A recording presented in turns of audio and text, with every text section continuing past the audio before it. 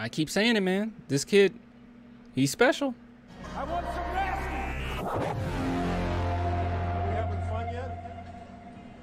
I bring this up over and over and over again, and it seems like no one listens to me. No one listens when I say Josh Primo is special. I'm just kidding. Quite a few people actually agree with me. Now, before we talk about this, because I think that this analytic is actually pretty important, contextualizing Josh Primo, and I feel so validated after reading this. But before we do that, really quick, Clan the Merch Fan. So if you guys want to support the channel, please head on over to Clan the Merch Fan. Even if you don't get anything, just going to the site helps. The link is in the description. Just getting views on the site actually helps. And if there's anything that you do like, or you see something's coming soon or whatnot, and I got way more designs coming, by the way, please, you know, just save it, or, you know, just keep it in mind and come back to it later, or become a patron, a YouTube member, and that's only $2 per month. And I do a little giveaway once a month, and I'm actually going to do giveaways of shirts now, because I think it just makes the most sense. All right, so let's go ahead and talk about this. I'm going to go ahead and just read it, okay, because I think that it explains itself, and then I'll just kind of just discuss it a little bit. So beyond creating advantages, extending and capitalizing on them is crucial dimension of offense. When inheriting advantages created by teammates, these players are most adept at keeping advantages alive by passing them along to teammates or launching high quality shots. So let me go ahead and make this bigger, and I think that pretty much explained itself. But basically what it's saying is you're a role player.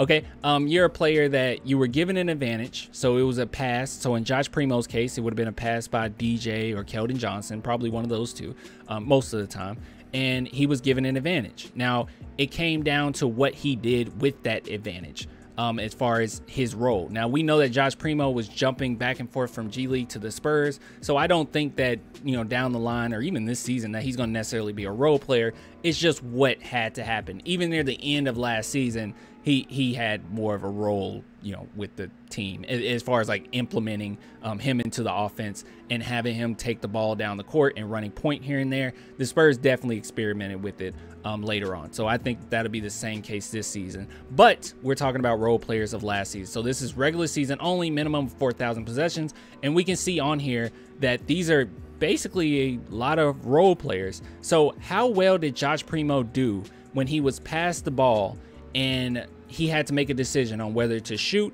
or get a teammate involved? And we can see here the advantages maintained at 88%, basically saying good things happen 88% of the time when Josh Primo got the ball off of an advantage, 88% of the time. Now, the reason why I feel validated in this, and we're going to go into this a little bit more, but the reason why I feel validated into this, or with this, is because I've been saying all season long, especially last season, how high IQ Josh Primo is. And everybody just wants to bring up turnovers. They want to bring up statistics as far as his three-point percentage and field goal percentage. And it's like, yeah, I get that, but he's back and forth from the Spurs and G League, okay? The Spurs didn't have him in any plays whatsoever for a majority of the season.